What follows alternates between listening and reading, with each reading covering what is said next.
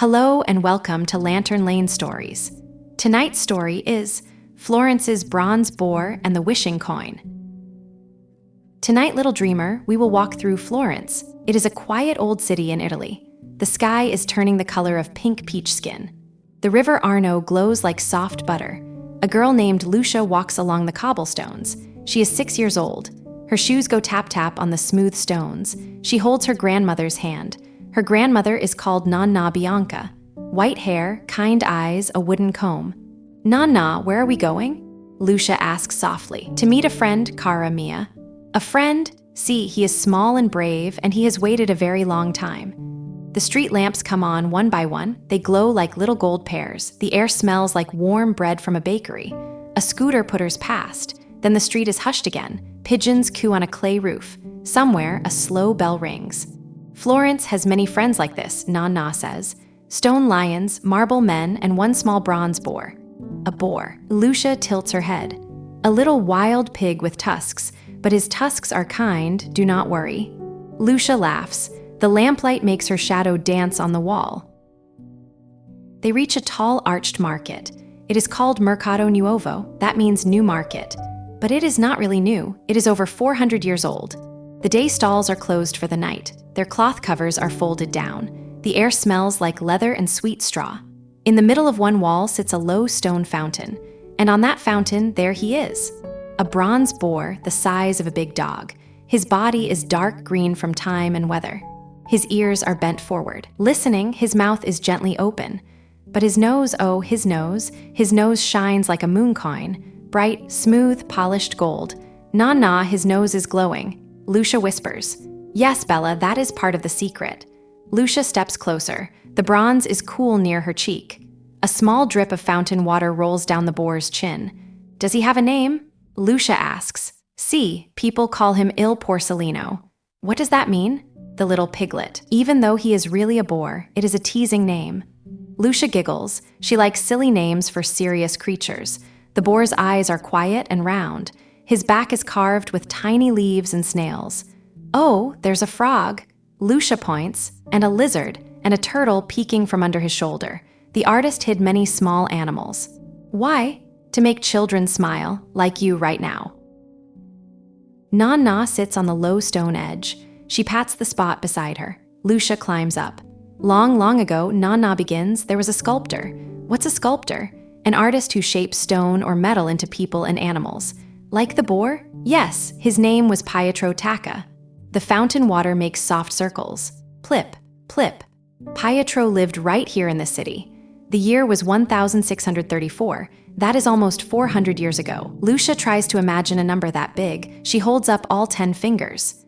More than that, Nonna laughs softly. Many, many tens. What did Pietro do? He saw an old white marble boar. It came from ancient Rome. It was very, very old and a little chipped. Was it pretty? It was beautiful, but marble is fragile, so Pietro melted hot bronze. He poured it into a careful mold. And he made this one. He copied the old boar, hoof by hoof. So this fellow is the bronze brother of the marble one. Where is the marble one now? Resting inside a museum nearby. He is the grandfather. This bronze fellow is the grandson. Lucia tries to picture Pietro Tacca, strong hands, a dusty leather apron, a workshop bright with metal sparks. Why did he put him here, Nonna? For the people. The market was busy and noisy. Farmers brought tomatoes.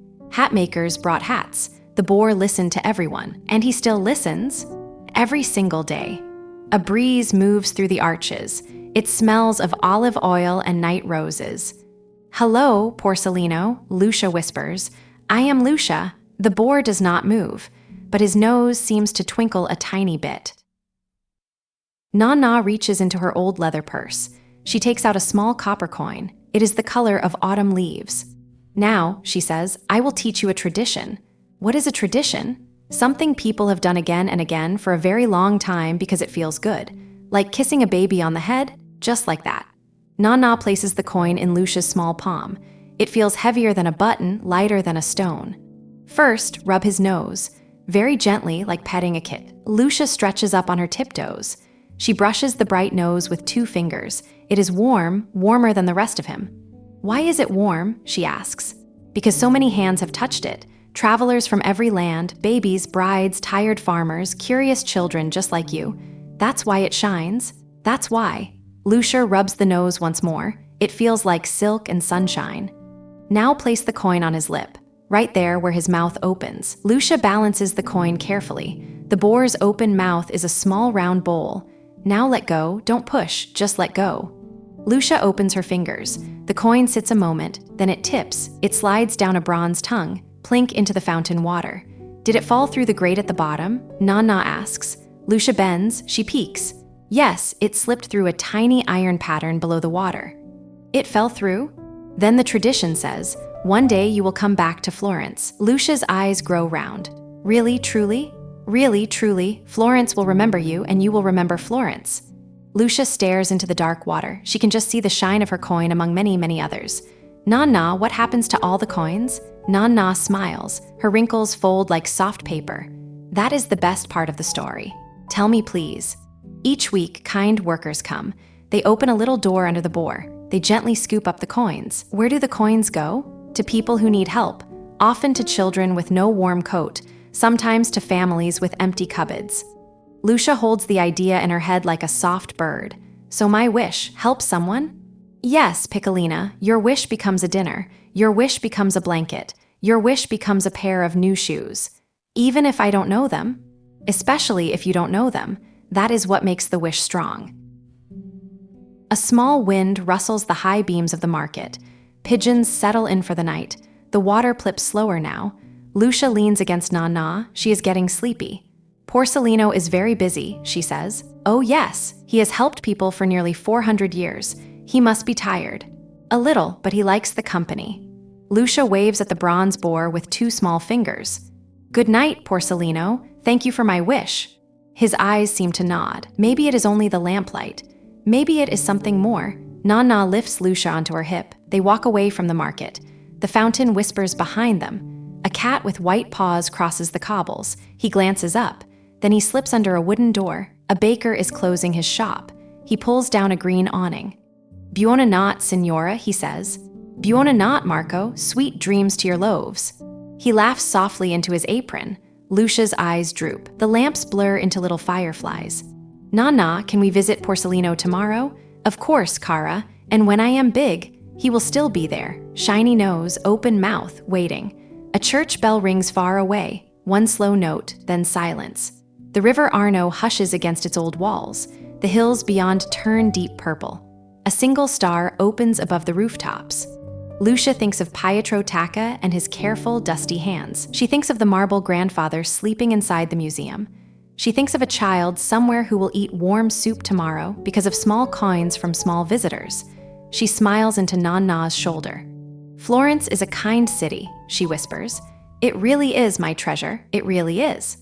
Back at the market, the bronze boar keeps his quiet watch. His nose still gleams in the lamplight, even with no one to rub it. He is ready for tomorrow.